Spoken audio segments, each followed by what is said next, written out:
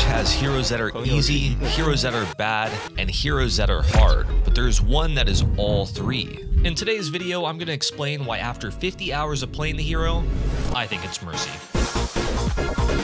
I'd imagine 90% of you guys watching don't need to be convinced that she's the easiest, but I'll just say this. Most of what would look like perfect Mercy gameplay doesn't require her to engage in the FPS aspect of the game. It's healing, damage boosting, resurrecting allies, flying away, and sometimes using pistol. She's really the closest thing to a spectator hero that we have, but that's a good thing. It's thanks to Mercy's simplicity that people with no shooter background can pick up Overwatch and not feel like the worst player in every lobby. Now let me explain why I also think she's the hardest hero to carry as. So a little backstory. Prior to this 50-hour challenge, the last time I played Mercy was in the first few seasons of Overwatch 1. Back then, I was a fill player, and she was pretty high in demand.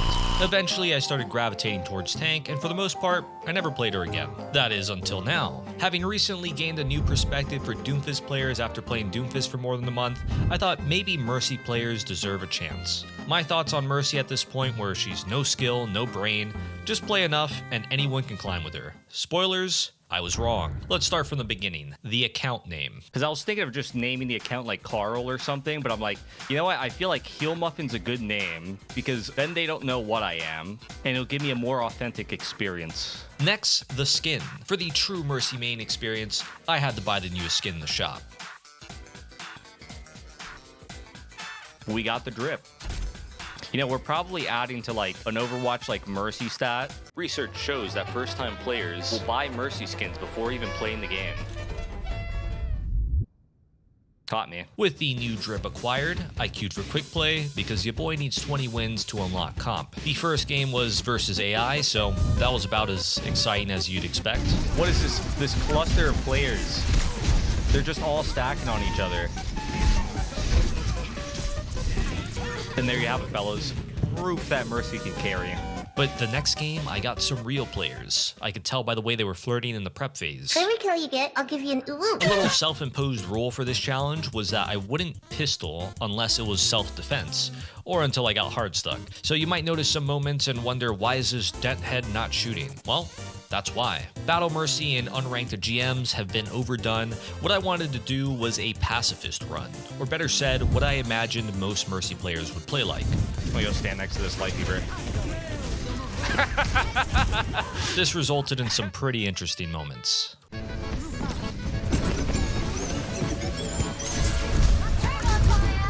Holy shit. Well, all good things have to come to an end. Unless, wait.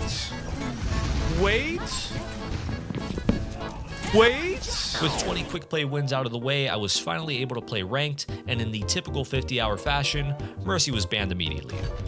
Wait, they banned Mercy! Like a true Mercy main, I locked the nails. So yeah, Moira might just be the freest hero of all time, but that's a topic for another video. Oh, I'm dead. Unless...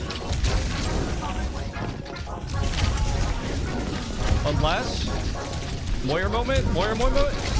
Wait. Moira moment, chat? My predicted rank after an easy first game was Gold 1, which, hey, fair enough. I'd have a hard time telling the difference between a Gold and GM Mercy 2. Just kidding, you could tell by their duo. Okay, Mercy jokes aside, the placement games where I had to play Mercy were not the easiest. I mean, how could they be when I have players like this Sigma on my team? Sigma, I think we gotta go back to the point now, bro.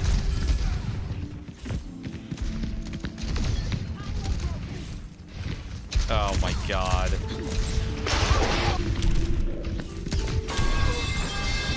Why did I follow this idiot?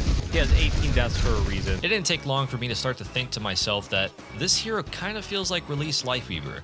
If you weren't there for that, the gist of it is, a hero so bad that no matter how much you heal or use your abilities perfectly, it just doesn't matter. The hero is still losing the stat battle. Given this was still very early in the challenge and I'm still not using pistol, so to say I was playing anywhere near perfect would be delusional.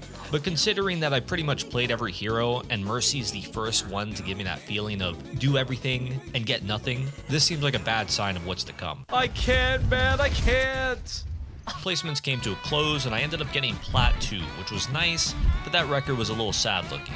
Even sadder when you realize 3 of those wins were Moira games. Regardless of that outcome, I knew that as flawed as my Mercy gameplay was, Platinum would not be my final resting place. It was around this time that I started to do something that I feel improved my gameplay more than anything else, and that is Mercy parkour. With nothing better to do during these support queues, I ended up joining a lot of these custom games. And I gotta say, my ability to finesse with GA and res had to have doubled. I was bumping into walls less, clearing heights I couldn't before, and pulling off some pretty tricky reses. So if you put any amount of time into this hero, I highly recommend sinking an hour or so into these. It's like learning how to primal on Winston. You can learn the hard way by playing hundreds or thousands of games, or just hop into a custom game for an hour and come out with better juggles than 90% of Winston players. I think even without Mercy parkour I would have gone to Diamond, but it definitely sped up the process.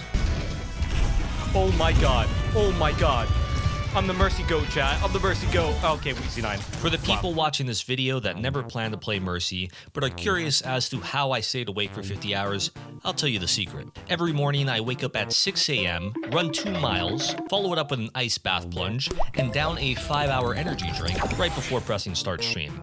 And that'll usually get me through the first 15 minutes. Okay, but actually, Mercy's more fun than she looks. Healing, damage boost, that's the boring part. But it makes for a very chill, low-effort Overwatch experience. What I'm saying is, if you just got off your 9-to-5 construction job, you can lock in Ramatra, play the game like your family's lives depend on it, or pick Mercy, light up some candles, maybe get a bubble bath going, and just laugh as your teammates run around like headless chickens. But it all depends on how you look at it, because if you wanted to try hard and win games, this is easily the worst hero possible for that, and you might find yourself getting frustrated from lack of impact. However, it is possible to have some impact, and that's going to be through baiting with movement and risky reses. To me, this is the part of Mercy that makes her fun and not a complete brain-off hero. It's the only moments her kit has a real risk and reward component, and the best way to describe how it feels is like banging on someone's hotel door at 1 o'clock in the morning and then just running around the corner before they catch you. It's that feeling of I have the power to mildly inconvenience somebody. Sometimes that somebody is the teammate I res into a 1v5, but all the better, I say.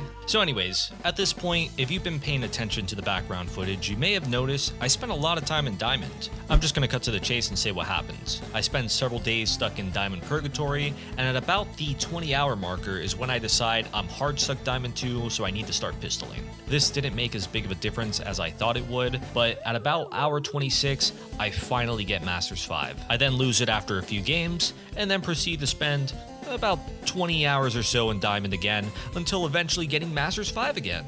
And then losing it again. By the 50th hour, I ended this challenge in Diamond 1. What the hell happened? I've done this one trick to high rank type content for about half the heroes in Overwatch, and this is the worst results I've had yet, which is mind-boggling, because this hero is supposed to be the easiest. Like, if you ask anyone which of these supports are harder than Mercy, they'll say all of them, or if they're feeling real generous, they might name a few. The problem is I've gotten GM, Champion, Top 20, with several of these supports. That counts the harder ones and the easier ones, yet Diamond has me in a chokehold for nearly 50 hours. Did something just not click? I didn't just bash my head into the wall for 50 hours and hope for the best. I tried a lot of different things. At first, I just did what seemed intuitive, which was a bit of everything. Heal, damage boost at key moments, follow DPS on high value flanks or angles, pull out the pistol when the opportunity presents itself. This didn't work, so I tried to focus on more specific things, like just pocket the carry, maybe become the carry and battle Mercy more.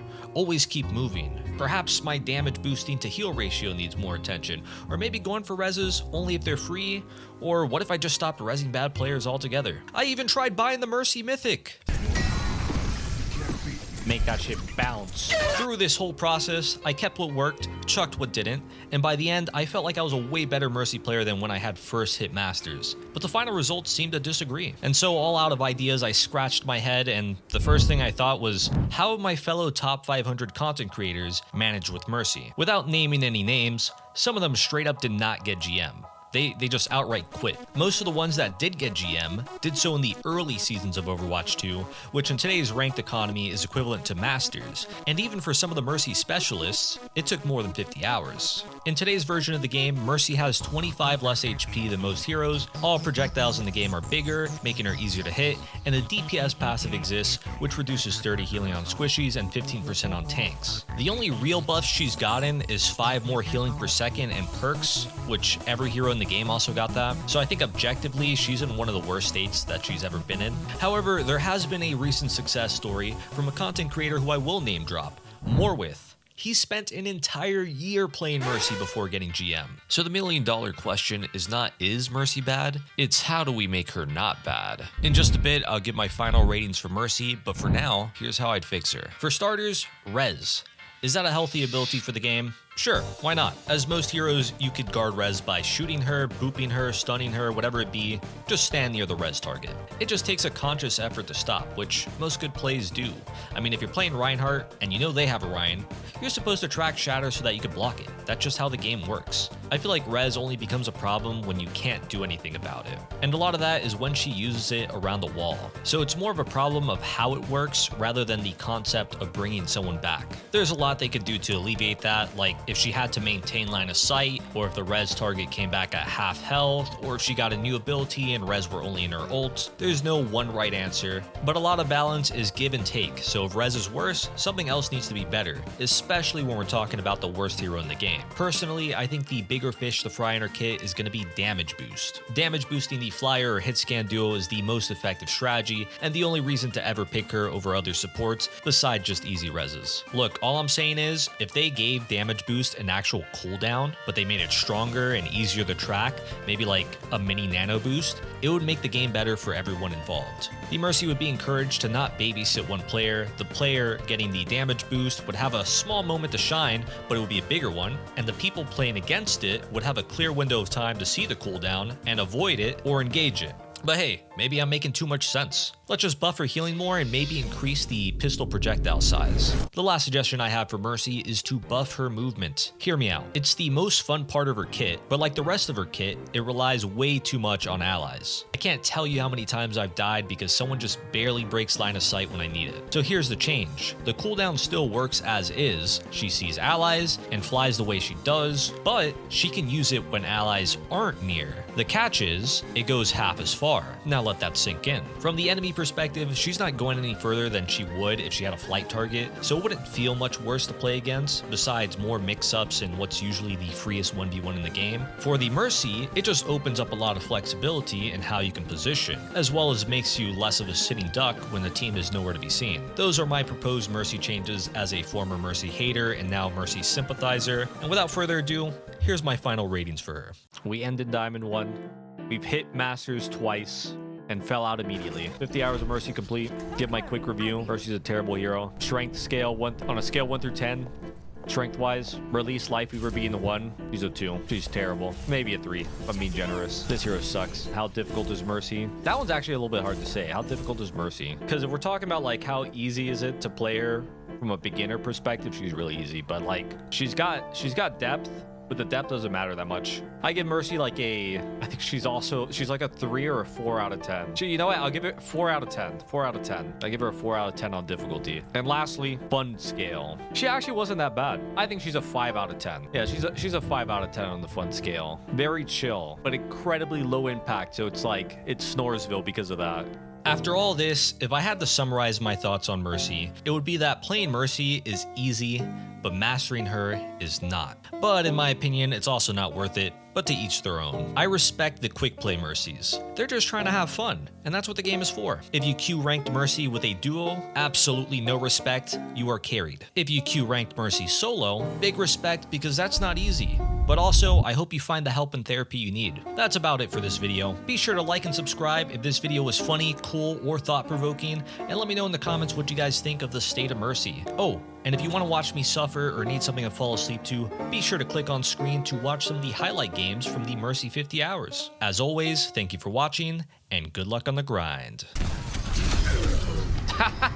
That's Blossom B.